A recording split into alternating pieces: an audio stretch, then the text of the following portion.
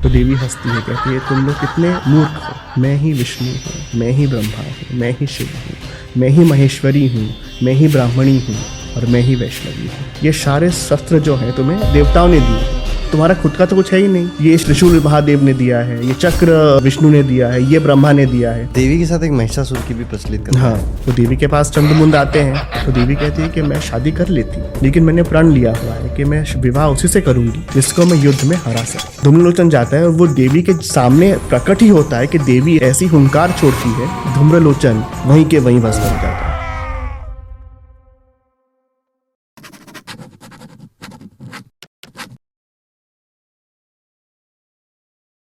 तो सत्या जी, एक बार फिर से आपका दी अरुण पंडित शो में बहुत बहुत स्वागत है।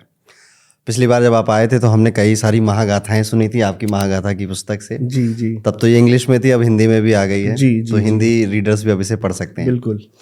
पिछली बार भी हमने एक थीम बेस्ड बातें करी थी। हाँ जी। आज के भी हम पॉडकास्ट का एक थीम रखेंगे, बड़ा इंटरेस्टिंग है, demons and Devi. Okay, interesting. हाँ। सबसे पहली कहानी, जैसे डीमंस जब हम सुनते हैं तो रावण एक आता है दिमाग में। बिल्कुल, हाँ, बिल्कुल। रावण की लंका आती है, जी। खूंखार सा रावण। तो रावण की कोई कहानी यहाँ से हम स्टार्ट करना चाहेंगे। ओके, तो आपने लंका की बात की और रावण की बात की, तो रावण को लंका कैसे मिली, ये भी बहुत इंटरेस्टिंग कथा है पुराणों में।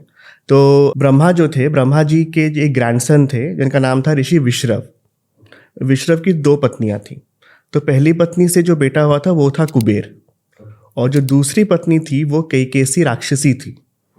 उनके बेटे थे रावण और कुंभकर्ण, और बेटी थी शूर्पणखा।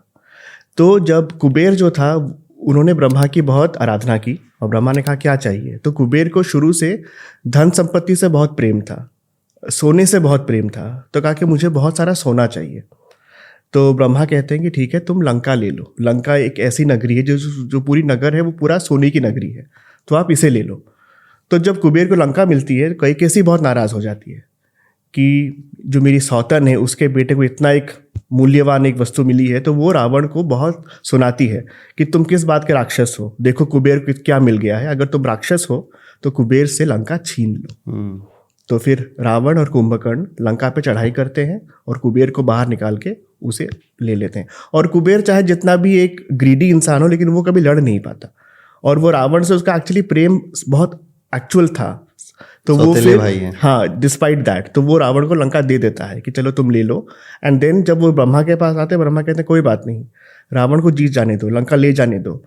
वो जिसने सब कुछ जो मतलब उसका जो था बहुत ग्रीडी था, जिसने सब कुछ ले लिया, उसको एक ऐसा इंसान मारेगा जो सब कुछ त्याग कर देगा। तो राम जिस सब कुछ त्याग कर दिया, उसने रावण को मारा जिस सब कुछ ले लिया था, छीन लिया था। तो बहुत इंटरेस्टिंग पैरेलल है। तो सत्या जी, लेकिन कहीं कहीं तो ये भी सुनने को मिलता है कि रावण ने भगवान शिव को प्रसन्न करने के लिए कि आप कैलाश पे रहते हो, एंड आपको एक घर चाहिए, नहीं तो बारिश होती है, गर्मी होती है, बच्चे भी हो गए हैं अब, तो आपके वाइफ भी है आपकी, तो एक आपको घर चाहिए। तो रावण की बात मान जाते हैं शिव जी। उसके बाद रावण कुबेर से गोल्ड चोरी करके लाता है, या उसको हरा के युद्ध। तो यहाँ पे वो चीज़ कॉमन मिलती है आपकी कथा से। एंड देन वो लंका क्रिएट करता है, फिर वो कहता मैं ही गृह प्रवेश करवाऊंगा। बिल्कुल। ब्राह्मण था ही वो। तो उसके बाद शिव जी कहते मांगो दक्षिणा क्या है। कहता ये लंका दे दो मुझे। उसके दिमाग में ये था कि मैं ये लंका मांगूंगा तो भगवान शिव भी मेरे साथ चलेंगे। अच्छा। पर भगवान शिव है, उन्होंने कहा कि लंका मांगी, लंका लेकर जाओ। तो फिर वो लंका लेकर वापस कैलाश से लेकर लंका अपने श्रीलंका में जाता है। तो ऐसी मतलब कहानी में वर्जन काफी सारे होते हैं। बिल्कुल बिल्कुल। रावण की बात हो रही है, तो ये शिवलिंग से रावण का क्या कनेक्शन है? इसकी 2 इंटरेस्टिंग कहानियां हैं। एक तो ये है कि जब वो कैलाश आता है और कहता है भगवान से कि मैं चाहता हूँ कि आप मेरे साथ लंका चलें, वहाँ पे मैं आपकी स्थापना करूँगा। तो भगवान मना करते हैं कि मैं तो कैलाश छोड़ के जा नहीं सकता। तो एक कथा है कि रावण पूरा का पूरा कैलाश उठाने लगता है। तो जब वो ऐसा करता है तो शिव जी सिर्फ अपने पैरों के एक जो कहते हैं जो द बिग टो, उससे जब वो नीचे दबाते हैं तो रावण ऑलमोस्ट धंसने लगता है और कैलाश के नीचे वो आने लगता है। तो वो माफ़ी मांगता है कि मुझसे भूल हुई, कि मैंने ये सोचा कि मैं आपको वहाँ तक ले जा सकता हूँ। एक तो कथा ये है।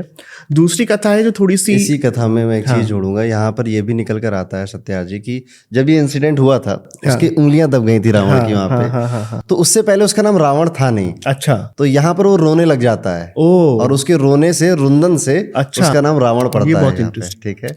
तो यहाँ पे, और यहीं पे जब उसको दर्द हो रहा होता है तो यहीं पे on the spot Ravan Shiv Tandav Stotram बनाता है और गाता है। अच्छा, तब जाके शिव जी प्रसन्न होते हैं और वो अपना अंगूठा हटाते हैं। ओके, बहुत इंटरेस्टिंग है ये भी एक स्टोरी यहाँ पे मिलती है। तो दूसरी कथा ये कि वो एक शिवलिंग लेने लगता है, तो महादेव कहते हैं कि ले जाओ, लेकिन मेरी एक शर्त है कि जब तक तुम लंका जाओगे शिवलिंग को कहीं नीचे नहीं रख सकते हो, इसे तुम अपने सर के ऊपर उठा के लेके जाना, जहां तुमने उसको नीचे रख दिया वो वहीं पे स्थापित हो जाएगा, फिर तुम उसे वापस और हिला नहीं पाओगे।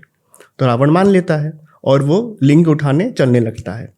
तो देवता स्वर्ग में देखने लगते हैं तो वो डरने लगते हैं कि अगर रावण ने लिंग को लेके स्थापना कर दी लंका में तो फिर लंका को हराना असंभव हो जाएगा, क्योंकि उसको शिव जी की महिमा मिल जाएगी और लंका को आगे हराना है राम को।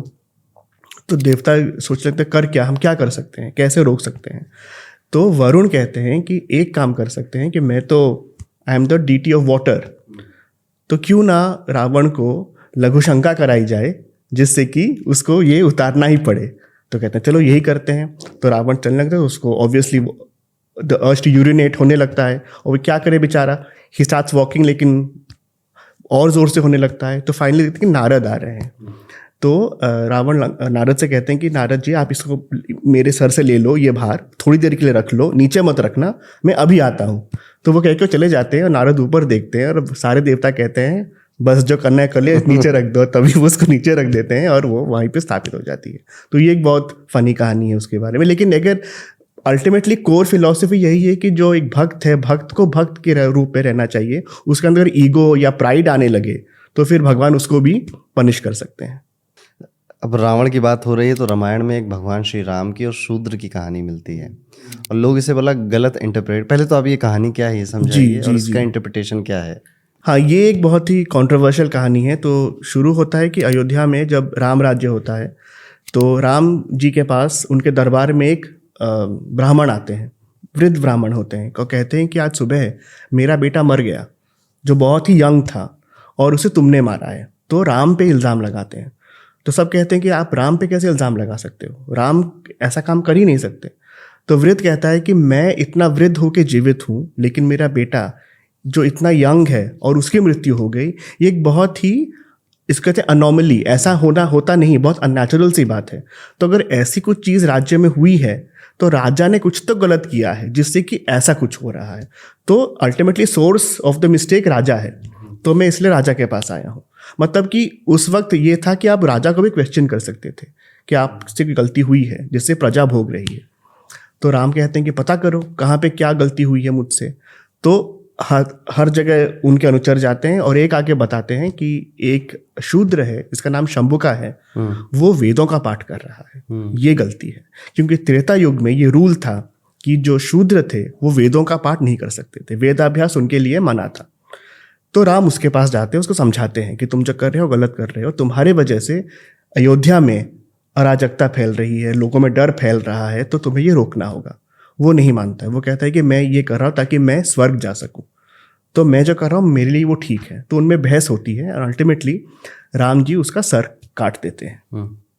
तो इसको आप दो वे से इंटरप्रेट कर सकते हैं। या तो एक कि राम एज अ किंग, उनका एज मर्यादा पुरुषोत्तम राम और राजा होने के कारण उन्होंने वही किया जो प्रजा की भलाई है। लेकिन दूसरा है कि आप कह रहे हो कि शायद ये कास्ट ऑपरेशन की बात है, कि आप ये कह रहे हो कि जो नीची कास्ट है उसको आप वेदों का पाठ नहीं करा सकते, कराएंगे तो आप उसको मार देंगे। तो इसके दो अलग अलग वर्जन्स हैं। तो अल्टीमेटली कौन सा आप चूज करते हो वो आपके ऊपर है, लेकिन कहानी यही है। अब क्या है कि इस कहानी को उठाकर लोग कहते हैं देखो तुम्हारे राम कितने गलत हैं, जी, वो तो शूद्रों को या कास्ट ऑपरेशन कर रहे हैं। पर जब इसकी रिसर्च होती है तो पता चलता है कि ये जो पूरा वृत्तांत है, कहानी कहाँ से आई, तो ये रामायण में नहीं है। हाँ, ये रामायण में नहीं है। ये वाल्मीकि ने जो रामायण लिखी है ये उसमें है ही नहीं। वहां पे तो लंका दहन करके आए, राम राज स्थापित हो गया, एवरीबॉडी इज हैप्पी। और राम राज का मतलब भी वहां पर ये बताया गया है कि ऐसा राज्य जहां पर जो बुजुर्ग हैं वो जवान से पहले नहीं मरते। बिल्कुल ठीक है, तो ये एंड हो जाती है रामायण वहां पर आकर। फिर एक उत्तर रामायण मिलती है, एक अलग पुस्तक, उस उत्तर रामायण में ये कहानी मिलती है। बिल्कुल। तो कई सारे जो स्कॉलर्स हैं उनका ये भी कहना है कि ये ब्राह्मणिज्म को बनाए रखने के लिए इस तरह की मनगढ़ंत कहानियां डाली गई हैं। ठीक है, तो इसका रामायण से, ओरिजिनल रामायण से कोई लिंक नहीं है। सही बात। और अगर कास्ट की भी बात भी करें हम, तो लोग भूल जाते हैं कि जो रावण थे वो भी आधे ब्राह्मण थे। आधे ब्राह्मण आधे राक्षस थे। तो जब राम ने उनका वध किया तो obviously it is not about caste, it is about as a king, उनकी ड्यूटी जो है उन्होंने वही किया, तो इसीलिए उनको मर्यादा पुरुषोत्तम कहा जाता है। और जब बात श्री राम की हो रही है तो हम सबरी का कैसे भूल सकते हैं? बिल्कुल बिल्कुल। केवट की कहानी कैसे भूल सकते हैं? ठीक है, तो ये वही चीज़ लगती है कि ब्राह्मणिज्म बना रहे। हाँ। लॉजिकल माइंड से अगर सोचा जाए तो ये वही लगता है। इस रामायण की बात हुई है तो श्री राम के गुरु विश्वामित्र, उनकी इंद्र के साथ एक बड़ा इंटरेस्टिंग नॉनवेज को लेकर है। हाँ हाँ, ये कहानी तब होती है जब त्रेता और द्वापर के मध्य में, जब उस संसार उस दौर से गुजर रहा था, तो एक बहुत बड़ा अकाल पड़ा था जिसमें हर जगह सब मर रहे थे और खाने को कुछ भी नहीं था। तो विश्वामित्र, उनकी पत्नी और उनके सारे शिष्य वो हर जगह घूम रहे थे, खाना नहीं मिल रहा था। तो एक जगह एक पेड़ के नीचे रुक गए और शिष्यों से कहा कि आप जाके देखिए अगर कहीं पे कुछ भी मिल सकता है। तो शिष्य गए, उन्हें कुछ तो मिला जो बहुत डरते डरते वो वापस लेके आए और उसको मतलब एक कपड़े में ढक के लेके आए। तो महर्षि ने पूछा कि क्या लाए हो, दिखाओ। तो जब उन्होंने खोला तो उनकी पत्नी भय से चिल्लाने लगी, क्योंकि वो जो लाए थे वो मांस था। अब उसके अलग अलग वर्जन से कि किस जानवर का मांस था, उसके अलग अलग वर्जन से पुराणों में। तो उनकी पत्नी कहती है हम इसे तो कभी नहीं खा सकते। विश्वामित्र कहता है हम खा सकते हैं, क्योंकि इस वक्त जो है अकाल पड़ा है और अगर इसको हम खाएंगे तो इसको आपात धर्म कहा जाएगा। आपात धर्म तब होता है जब आपातकालीन स्थिति में, जब और कोई ऑप्शन नहीं है, कोई और विकल्प है ही नहीं, तो जीवित रहने के लिए जो करना है वो करने में अधर्म नहीं है। तो जब उसको वो खाने ऑलमोस्ट शुरू करते हैं खाना, तो इंद्र प्रकट होते हैं और कहते हैं कि आप महर्षि विश्वामित्र हैं, आप ऐसा नहीं कर सकते। तो महर्षि कहते हैं तो फिर एक ही काम है कि आप वर्षा कीजिए और इस अकाल को खत्म कीजिए, जिससे कि पूरी सृष्टि और पूरी मानव जाति दोबारा जीवित हो सके। तो वहां से फिर, लेकिन कॉन्सेप्ट ऑफ आपात धर्म इज वेरी इंटरेस्टिंग कि पुराणों में ये कॉन्सेप्ट भी है कि आपातकाल में अगर आप कुछ करते हैं जीवित रहने के लिए तो उसको भी अधर्म नहीं माना जाता। It is like self defence में आप किसी का मर्डर कर बिल्कुल देते हैं, बिल्कुल बिल्कुल, तो फिर आपको सजा नहीं होगी। तो वही वाली चीज है। जी जी जी। एक नवरत्न की कथा भी मिलती है आपकी महागाथा में। हाँ, और अगेन वो दानव से ही कनेक्टेड है क्योंकि हम दानवों की बात कर रहे हैं। तो एक दानव था जिसका नाम था बाला। बाला बहुत शक्तिशाली था और उसने स्वर्ग में आके देवताओं को हरा दिया और सबको बाहर निकाल दिया। लेकिन बाला चाहे बहुत शक्तिशाली था, लेकिन उसका हृदय बहुत नरम था। तो वो जब सारे बहुत भोला भी था, तो जब सारे देव जा रहे थे तो बाला ने कहा कि भले ही मैंने जीत लिया है स्वर्ग और तुम लोग अभी स्वर्ग के राजा नहीं हो, लेकिन अगर कभी भी कोई धर्म का कार्य हो जिसमें मेरी सहायता चाहिए तो मुझे आप बुलाइए, मैं ज़रूर आऊँगा। तो देवता कहते हैं कि यही एक पॉइंट है जिसमें हम उसे हरा सकते हैं। तो वो लोग एक प्लान बनाते हैं और अगले दिन बाला के पास जाके इंद्र कहते हैं कि हम एक बहुत बड़ा यज्ञ करने वाले हैं और हम चाहते हैं कि इसमें आप भी शामिल हो। तो कहते हैं बिल्कुल, किस तरह? तो इंद्र कहते हैं हम चाहते हैं कि इसमें जो आहुति दी जाएगी वो आपकी दी जाएगी। और बाला सोचता है, सब डर डर के खड़े हैं कि पता नहीं क्या रिएक्शन होगा, क्योंकि है तो असुर। बाला हाथ जोड़ के कहता है कि मैं मानता हूँ और आपकी बात मैं मानता हूँ। तो जब यज्ञ होता है, उसकी आहुति दी जाती है और उसका शरीर जलने लगता है, तो सारे देवता खुश हो जाते हैं कि हमने हरा दिया, अब स्वर्ग दोबारा हमारा है।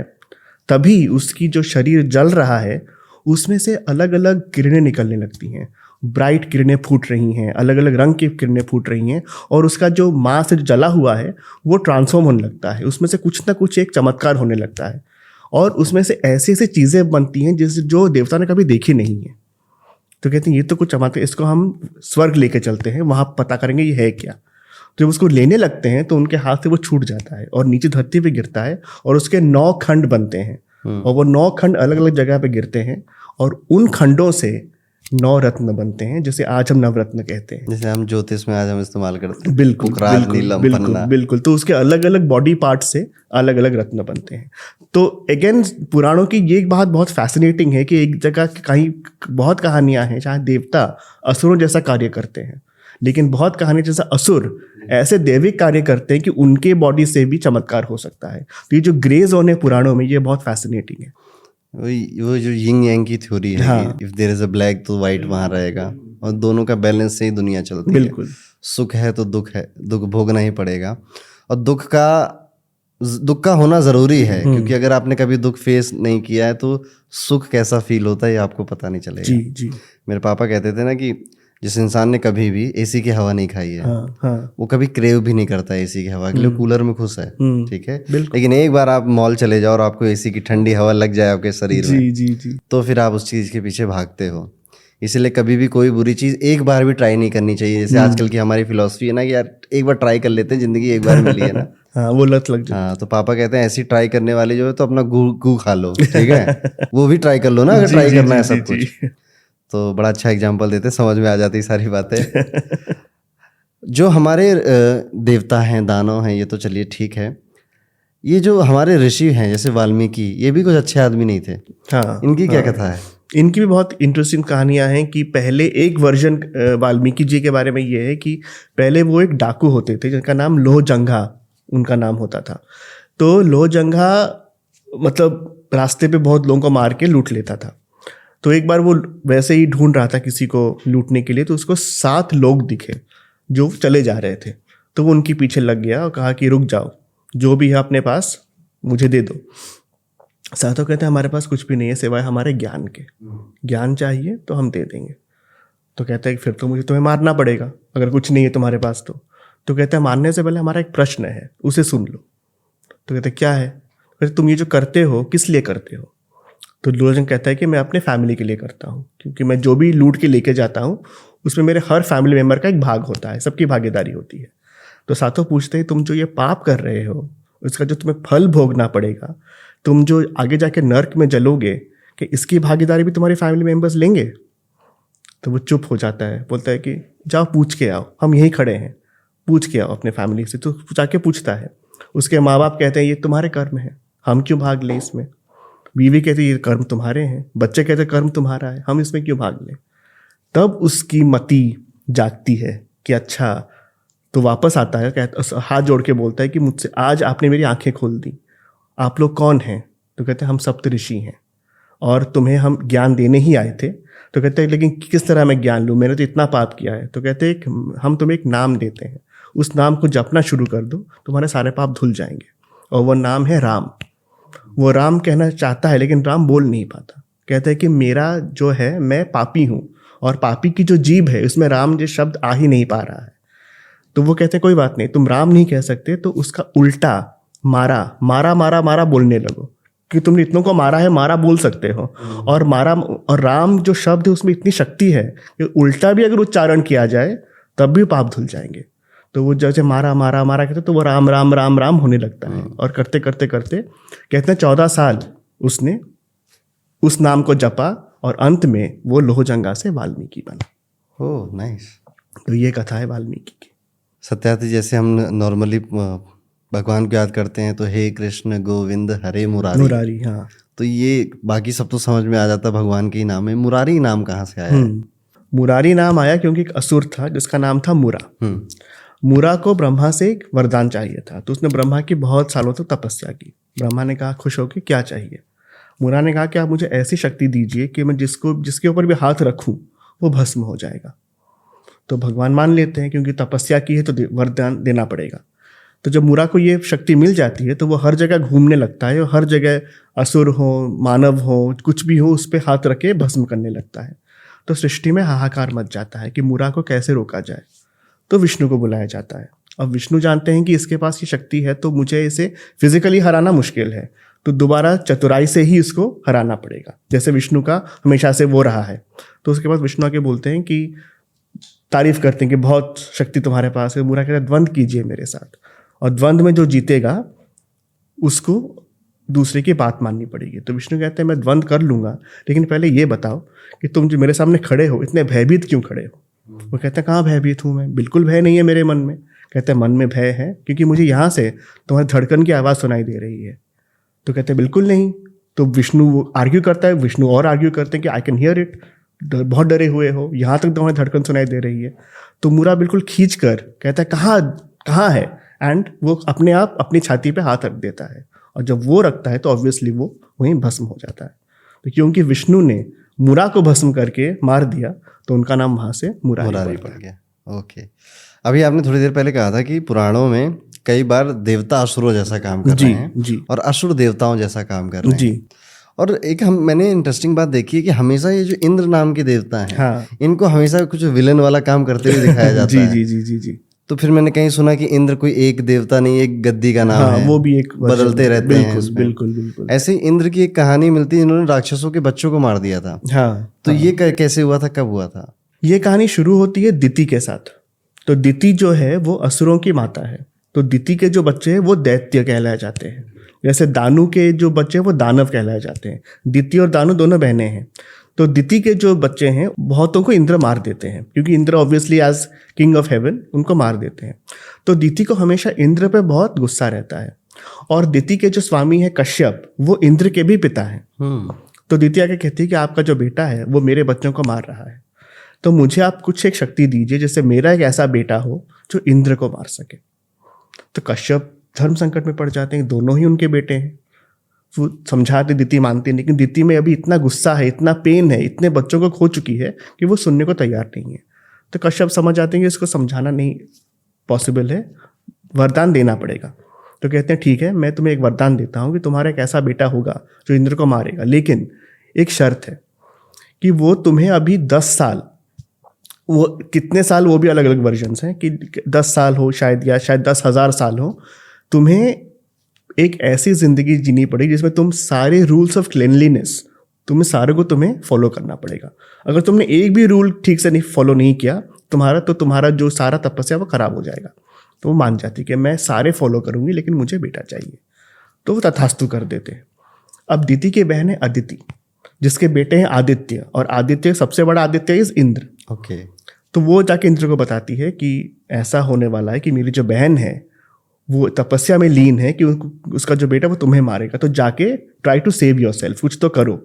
तो डरा हुआ इंद्र नीचे आता है और दिति के जो आश्रम है उसके चारों तरफ वो मंडराने लगता है कि क्या कर रही है। शी स्टार्ट्स ऑब्जर्विंग हर, और देखता है कि दिति हर दिन सारे रूल्स फॉलो कर रही है, एक भी चूक नहीं हो रही है उससे। तो वो डरता रहता है कि टाइम जा रहा है। अल्टीमेटली लास्ट के 3 दिन बचे हुए हैं सिर्फ, और दिति की फुल प्रेगनेंसी फुल टर्म पे है। 3 दिन बाद बच्चा पैदा हो जाएगा जो इंद्र को मार देगा। तो इंद्र इज लाइक अब तो कुछ नहीं हो सकता, क्योंकि ये इसको हराना असंभव है। लेकिन आखिरी दिन दिति इतनी थकी हुई होती है कि वो बिना पैर धोए सो जाती है, और जैसे ही वो होता है तो उसका जो वूम्ब है, जो गर्भ है, वो वल्नरेबल हो जाता है। जो अब तक पावरफुल था अब वल्नरेबल हो जाता है।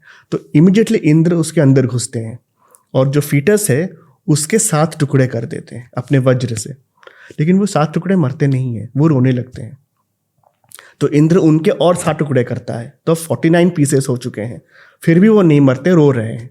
और रोते रोते इतने रोते कि दिति की नींद खुल जाती है। वो उठ के देखती है कि कुछ तो हो रहा है। And then Indra vanishes and she realises कि तपस्या मेरी भंग हो चुकी है और मेरा जो फीटस है वो डिस्ट्रॉय हो चुका है। तो ये जो टुकड़े हैं ये बड़े होके मारुत बनते हैं, जो स्टॉर्म डीटीज होती हैं, और वो इंद्र के दोस्त बन जाती हैं, क्योंकि इंद्र जो बारिश के राजा हैं और ये स्टॉर्म के डीटीज हैं। तो इनमें दोस्ती हो जाती है। जो बेटा बड़ा होके मारने वाला था अब वो उनके दोस्त बन जाते हैं।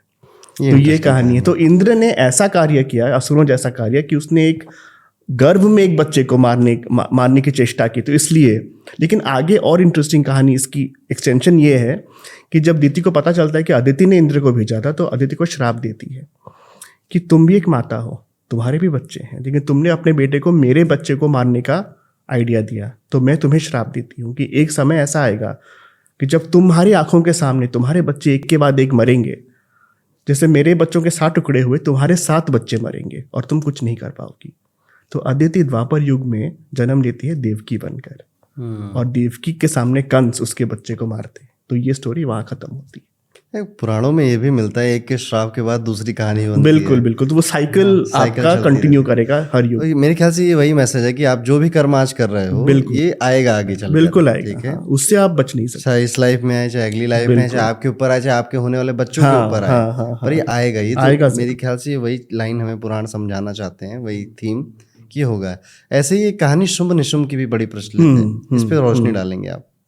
शुंभ निशुंभ 2 असुर थे जो अगेन स्वर्ग में बहुत हाहाकार फैला रहे थे, धरती पे बहुत हाहाकार फैला रहे थे।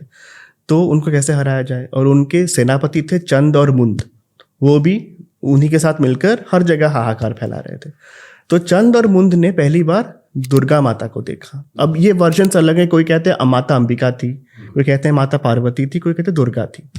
तो आकर उन्होंने कहा कि बहुत सुंदर है ये स्त्री, और अगर आपको पत्नी है चाहिए तो ऐसी ही पत्नी आपको चाहिए। तो शुभ निशुम्भ कहते हैं फिर तो हम इसी से विवाह करेंगे। तो कहते हैं जाके हमारा प्रस्ताव लेकर उन देवी के पास जाओ। तो देवी के पास चंद्रमुंद आते हैं। तो देवी कहती है कि मैं शादी कर लेती, लेकिन मैंने प्रण लिया हुआ है कि मैं विवाह उसी से करूंगी जिसको मैं युद्ध में हरा सकूं। तो दोनों हैरान हो जाते हैं कि आप क्या ललकार कर रहे हैं, इनको युद्ध क्या, आप युद्ध का आह्वान दे रही हैं, वो आएंगे और आपको हराएंगे। बोले आने दो, तो मैं विवाह कर लूंगी। तो वापस पैसे लेके जाते हैं। तो शुभ निशुम्भ कहते हैं अच्छा, मतलब इतना इतना अहंकार है इस देवी में, तो कोई बात नहीं, हम हराएंगे इसको। तो कहते हैं हम नहीं जाएंगे, हमारा धूम्रलोचन जाएगा, वही बहुत है देवी को हराने के लिए। धूम्रलोचन जाता है और वो देवी के सामने प्रकट ही होता है कि देवी ऐसी हुंकार छोड़ती है, धूम्रलोचन मतलब भस्म हो जाता है, वहीं के वहीं भस्म हो जाता है। तो पहला दाव देवी जीत गई। तो दोनों भाई कहते कोई बात नहीं, इस बार चंद्रमुंद तुम दोनों जाओ और तुम हरा के आओ। तो सेनापति दोनों आते हैं, बहुत लड़ाई होती है, अल्टीमेटली उनको भी देवी मार देती है। क्योंकि चंद्रमुंद को मारती है, उनका नाम चामुंडा वहां से आता है इनके, क्योंकि इनका वध उन्होंने देवी ने किया। तो अब दोनों भाई कहते हैं अब हमें ही जाना पड़ेगा। तो अब दोनों आते हैं। और अगर हम माने कि दुर्गा माता के साथ ये वर्जन, अगर महागाथा में दुर्गा माता वाली वर्जन है, तो उनके साथ जब लड़ाई होती है, दुर्गा माता उनके सामने अपनी पूरी जो उनका जो पूरा अपीयरेंस है, 10 भुजाओं वाली, जिसमें सारे 10 अस्त्र हैं, उस रूप में प्रकट होती है। तो दोनों भाई हंसते हैं, कहते हैं कि हम क्यों लड़े तुम्हारे साथ, तुम्हारा अपना क्या है, ये सारे शस्त्र जो हैं तुम्हें देवताओं ने दिए हैं, तुम्हारा खुद का तो कुछ है ही नहीं। ये त्रिशूल महादेव ने दिया है, ये चक्र विष्णु ने दिया है, ये ब्रह्मा ने दिया है। तो देवी हंसती है, कहती है तुम लोग कितने मूर्ख हो, मैं ही विष्णु हूँ, मैं ही ब्रह्मा हूँ, मैं ही शिव हूँ, मैं ही महेश्वरी हूँ, मैं ही ब्राह्मणी हूँ और मैं ही वैष्णवी हूँ। और ऐसा करके वो माता दोनों का वध कर देती है। तो देवी और दानव की ये बहुत प्रचलित कथा है। और देवी के साथ एक महिषासुर की भी प्रचलित कथा है। हाँ, ये तो बहुत कॉमन स्टोरी है कि जो दुर्गा माता है, तो महिषासुर जो था वो भी एक असुर था, और उसको ये वरदान भगवान ने दिया था कि वो चाहता था कि मुझे अमरत्व मिले। ब्रह्मा कहता अमरत्व देना पॉसिबल नहीं है, तुम ऐसा कुछ मांगो कि तुम्हें मारना बहुत मुश्किल हो जाए। तो हर चाहे वो मनुष्य हो, चाहे वो असुर हो, चाहे वो कोई भी एनिमल हो, वो हर किसी का नाम ले लेता है कि ये सब मुझे नहीं मार पाएंगे। ब्रह्मा कहता है वेरी गुड, लेकिन तुमने अंत में महिला का नाम नहीं लिया। तो कहते हैं महिला की मेरे सामने क्या बिसात कि कोई स्त्री मुझे मार सके। तो वो आई एम नॉट, उसका लिस्ट में जरूरी नहीं है नाम, लेकिन इन सब से मुझे कोई नहीं मार सकता। क्योंकि उसने देवी का नाम नहीं लिया था, तो अल्टीमेटली देवी को ही प्रकट होना था उसको मारने के लिए। तो सारे देवताओं ने मिलकर देवी को प्रकट जन्म दिया, जो दुर्गा माता बनी। और जब दुर्गा माता बनी 10 भुजाओं वाली, तो सबने अपना अपना एक अस्त्र माता को दिया, और माता ने फिर जाकर लड़ाई की महिषासुर के साथ, और 10वें दिन कहते विजयदशमी के दिन उस असुर का नाश हुआ। तो ये कहानी है दुर्गा की। इसलिए जो नाम दुर्गा भी है वो आता है दुर्ग से, कि जो फोर्ट्रेस, जो बचाती, जो प्रोटेक्ट करती है, वो माता, वो दुर्गा माता है। हिंदू कल्चर में देखा जाए तो देवियों के पास सारी इंपॉर्टेंट चीज़ें हैं। हाँ। फाइनेंस मिनिस्ट्री लक्ष्मी जी के पास है, एजुकेशन मिनिस्ट्री सरस्वती जी के पास है, ministry of power and defence Durga ji हो गई जी के पास। तो आपको कुछ भी चाहिए तो अल्टीमेटली आपको देवियों के पास चाहिए, जाना पड़ेगा। और देवताओं को देखिए तो एक वहाँ पे क्षीर सागर में सो रहे हैं आराम से, एक कैलाश में मस्त हैं। ठीक है। लेकिन ये बहुत इंटरेस्टिंग बात जो आपने छेड़ी है, उसमें भी एक बात है कि अगर आप दुर्गा जैसे अगर तीनों देवताओं की बात करें, तो उसमें एक डिवीजन ऑफ लेबर दिखाई देता है ना। एक ब्रह्मा का अपना कार्य है, विष्णु का अपना कार्य है, और महादेव का अपना कार्य है, और तीनों के अपने अपने अस्त्र हैं। लेकिन दुर्गा में एक ही शक्ति का रूप है जिसमें सारे अस्त्र हैं। तो जो मतलब जो फेमिनिन जो पावर है, जो सीक्रेट फेमिनिन है, वो इतनी पावरफुल है कि एक ही में सब कुछ समा सकता है। लेकिन वो चीज़ आपको मेल गॉड्स में नहीं मिलेगी, वहाँ पे आपको डिवीजन ऑफ लेबर दिखेगा। तो वो एक बहुत इंटरेस्टिंग कॉन्ट्रास्ट है देवियों में और देवताओं में। देवियों की बात चल रही तो एक बड़ी इंटरेस्टिंग कहानी है भृंगी और पार्वती जी की। ये क्या है? ये बहुत इंटरेस्टिंग स्टोरी है भृंगी और पार्वती की, और ये दर्शाती ये बात है कि जो फेमिनिज्म की बात है, जो आजकल बहुत प्रचलित है, हमारे जो पुराण हैं, हज़ारों सालों पुरानी किताबें हैं, वो तब से फेमिनिस्ट है। क्योंकि पुराणों में चाहे आप देव हो या देवता हो या देवी हो, दोनों को एक ही दर्जा दिया गया है। तो ये कहानी उसे दर्शाती है। तो जो भृंगी था वो महादेव का एक डेवटी था। तो महादेव के पास आके बोलता है कि मैं आपका बहुत बड़ा भक्त हूँ और मैं चाहता हूँ कि मैं आपके साथ चक्कर लगाऊं। महादेव कहते हैं बिल्कुल लगा, मैं तो यहीं बैठा हूँ।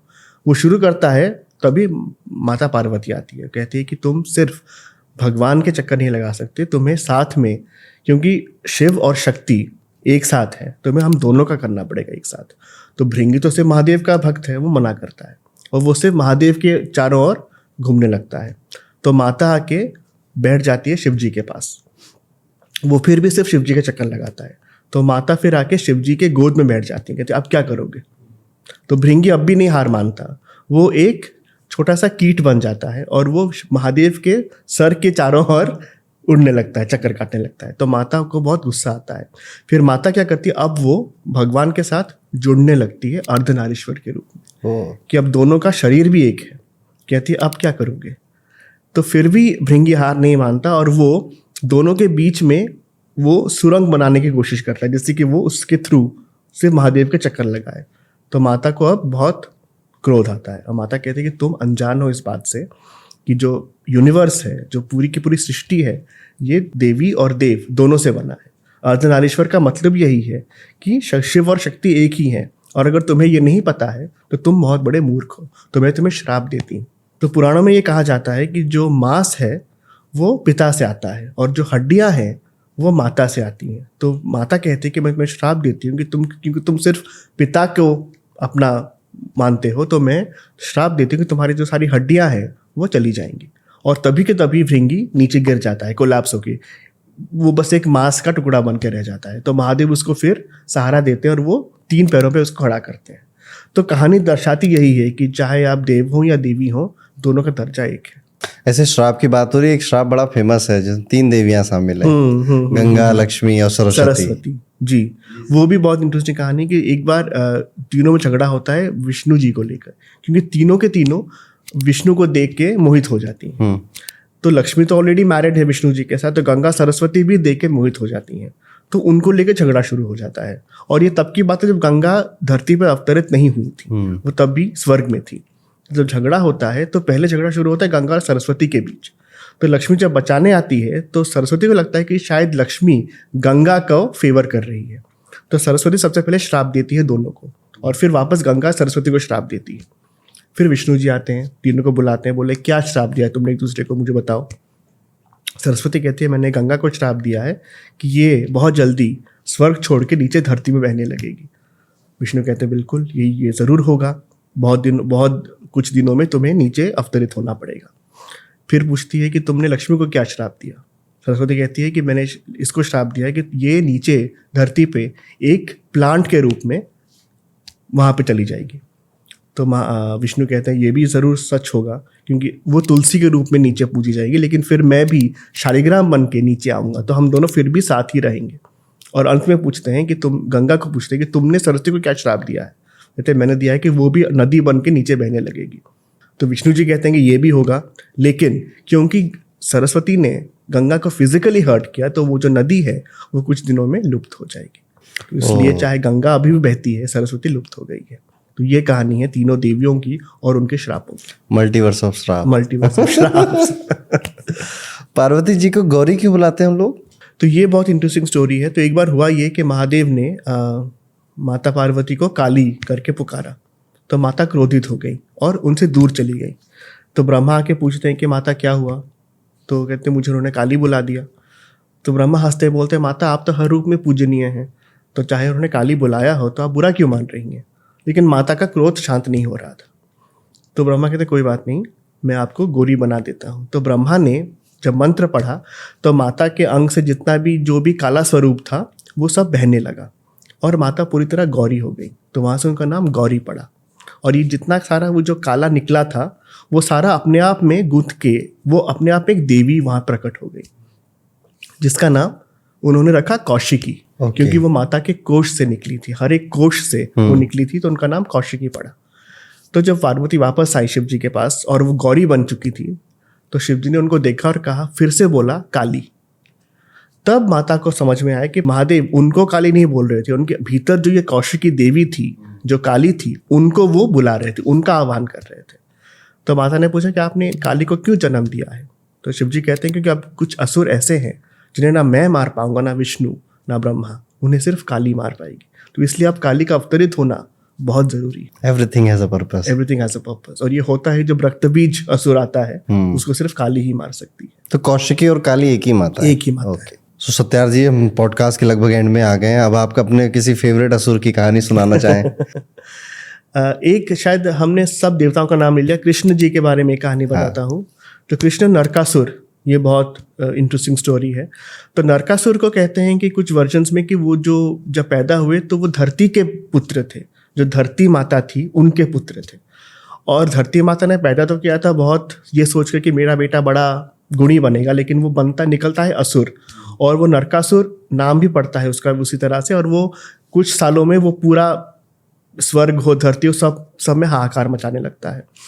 तो फिर इंद्र आते हैं कृष्ण के पास कि आपको इसे हराना पड़ेगा। तो कृष्ण निकलने वाले होते हैं, सत्यभामा कहते हैं मैं भी आपके साथ चलती हूँ। तो कृष्ण कहते हैं चलिए, जब तक आप नहीं चलेंगे मैं इसे हरा नहीं पाऊंगा। दोनों वहाँ पे जाते हैं और वहाँ कृष्ण और नरकासुर में लड़ाई होती है। और एक जगह नरकासुर कृष्ण की ओर एक ऐसा अस्त्र फेंकते हैं जो ऑलमोस्ट कृष्ण को मारने वाला होता है। तो सत्यभामा बहुत क्रोधित हो जाती है, तो वो एक भाला उठाती है और वो नरकासुर की ओर फेंकती है। और वो जैसे ही भाला उसको टच करता है वो मर जाता है। सत्यभामा कहते हैं कि ये कैसे हो गया कि आपने लड़ाई की, आपसे नहीं मरा, मेरे हाथों कैसे उसका वध हो गया? तो कृष्ण वहाँ पे ये रिवील करते हैं कि उसको ये श्राप मिला था, उसको अगर कोई मार सकता है तो स्वयं उसकी माता जो धरती माता है, और सत्यभामा जो देवी है वो धरती का ही एक स्वरूप उनको माना जाता है। इसलिए आपके हाथों ही इनको मरना था। इसलिए मैंने कहा था कि जब तक आप चलेंगे नहीं ये असुर मरेगा नहीं। वहाँ पे उसकी मृत्यु होती है। और नरकासुर ने 16,000 स्त्रियों को बंदी बनाया हुआ था। तो जब उसकी मृत्यु होती है तो कृष्ण उन 16,000 को भी रिहा करते हैं, कहते हैं कि आप लोग अपने अपने घर जा सकते हैं। वो कहते हैं हम कहाँ जाएंगे, इतने सालों से इसने हमें बंदी बनाया हुआ था, हमारे परिवार वाले हमें स्वीकार नहीं करेंगे। तो कृष्ण उन सबको अपनी पत्नी बना लेते हैं। तो ये कृष्ण की महिमा भी है, देवी की भी उसमें महिमा है कि सत्यभामा मारती है और कैसे असुर उसका मृत्यु है। ये सब की मिली जुली एक कहानी है। बढ़िया थी।